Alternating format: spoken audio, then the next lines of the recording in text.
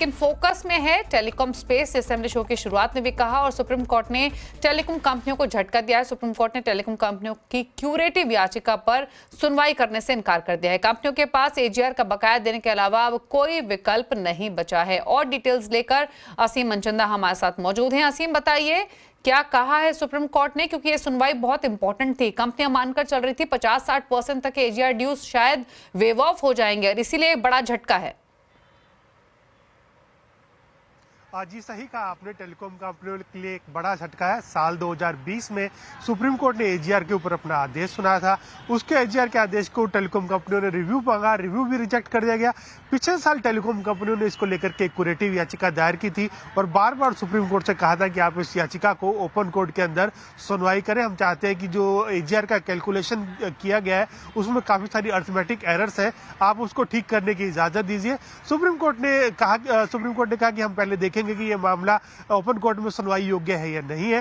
तो 2 हफ्ते पहले इस मामले की सुनवाई सुप्रीम कोर्ट ने अपने चैम्बर्स में की थी और सुप्रीम कोर्ट ने उस क्यूरेटिव याचिका को सुनने से इनकार कर दिया। सुप्रीम कोर्ट ने कहा कि हमें नहीं लगता कि ये मामला सुनवाई के योग्य है। तो अब इसका क्या असर पड़ेगा टेलीकॉम कंपनियों के ऊपर? टेलीकॉम कंपनियों को अपने एजीआर का पूरा बकाया चुकाना पड़ेगा, उनको कोई भी राहत नहीं मिलेगी।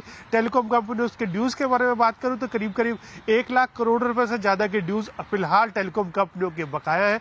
वोडाफोन आइडिया के करीबन 70,348 करोड़ रुपए के आसपास का ड्यू बकाया है, जबकि ये एयरटेल के लिए फिगर 35,000 करोड़ से लेकर के 40,000 करोड़ रुपए के बीच में हो सकती है। तो टेलीकॉम कंपनियों को अभी सरकार ने 4 साल का मोरेटोरियम दिया हुआ है।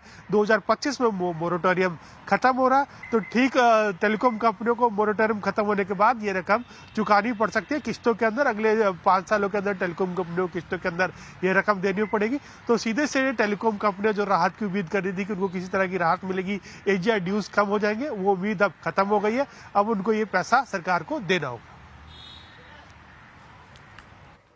ओके, शुक्रिया असीम, डिटेल्स बताने के लिए। तो बकाया तो चुकाना होगा ही, लेकिन जैसे हमने पहले भी कहा कि ज्यादा दिक्कत की स्थिति है वोडाफोन आइडिया के लिए। भारतीय एयरटेल फिर भी बेटर प्लेस्ड है।